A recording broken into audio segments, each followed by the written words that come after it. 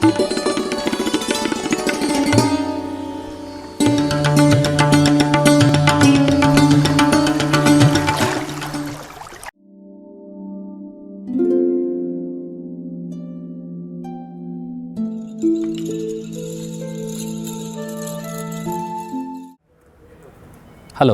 and welcome to the sixth and final episode in our series on stroke.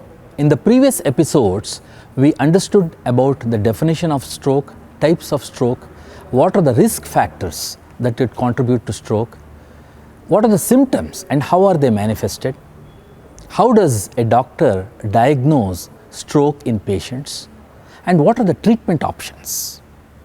In this episode, we'll try to understand how stroke can be prevented.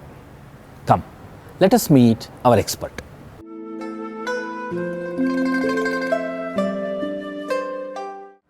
In my thinking, it is always better to prevent the occurrence of the stroke, and if a stroke occurs, to prevent its recurrence. Now, if you take this prevention of stroke occurrence only, there are two aspects. One is primordial and primary prevention.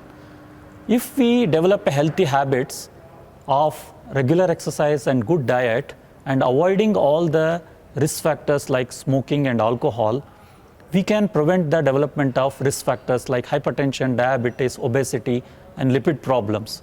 So these symptoms will not develop only.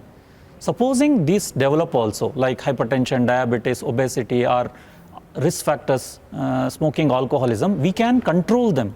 So this also will cause the primary prevention of the stroke. Supposing we get a stroke, control of these risk factors to prevent a second stroke also we should practice.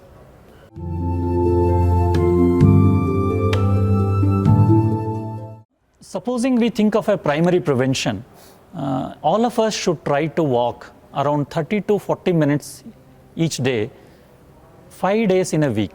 So this will prevent majority of the cardiovascular risk factors of weight, obesity, hypertension and diabetes and prevent a stroke. Supposing already a patient has a stroke, depending upon the disability, the doctor will assess and advise him walking or hand movements, leg movements and physiotherapy so that he is not made sit idle in a place.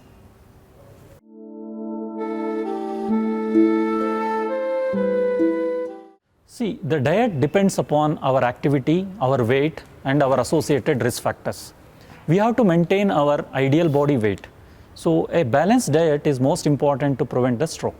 So we should have diet which is composed of carbohydrates, proteins and lipids in an advised manner, and we should avoid as much as possible refined carbohydrates and high intake of sugar.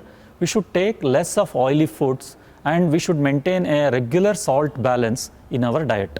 So if we can do majority of the risk factors we can avoid by this balanced diet, and regular intake of minerals and vitamins, especially the vegetarians should concentrate on taking vitamin B12 because there is an entity called as hyperhomocystinemia we see regularly in our practice because of the lack of vitamin B12. If they concentrate on this, that will definitely help to prevent the stroke occurrence.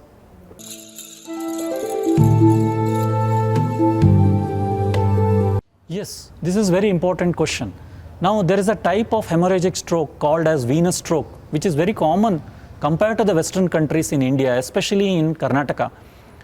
Whenever a lady delivers, there is a cultural belief in some parts of our state, especially South India, that they should not be given more water. So this will cause water depletion in their body and the blood will clot in the venous system.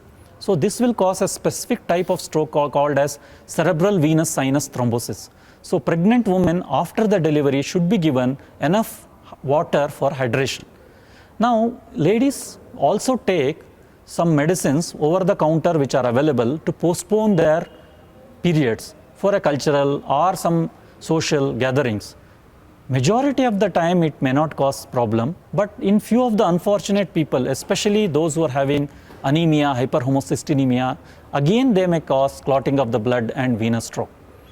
In men, we have seen in NIMHANS, those who drink lot of alcohol and don't take proper diet, they will develop increased blood count called as polycythemia, and low vitamin B12 because of the poor diet causing hyperhomocystinemia, and again a venous stroke can develop. So we should avoid alcoholism and make sure that we take adequate quantity of vitamin B12.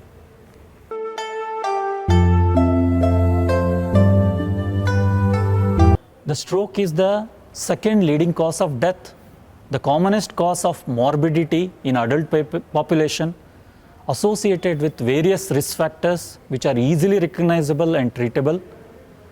We should be aware more about the recognition of the stroke, taking a patient to a stroke-ready hospital, knowing that clot buster treatment is available, and golden hour of 4.5 to 6 hours, and good treatment with supportive treatment of physiotherapy, speech therapy, and long-term commitment from the patient and the family will definitely help in reducing the mortality and morbidity of the stroke.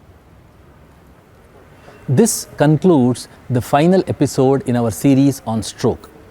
In this episode, we learnt about the precautionary measures that one needs to take to prevent the occurrence of stroke. It could be in the form of following a healthy diet, exercising regularly, leading a healthy lifestyle, apart from tips for women to prevent stroke. Thanks for participating and viewing this video series. Namaste.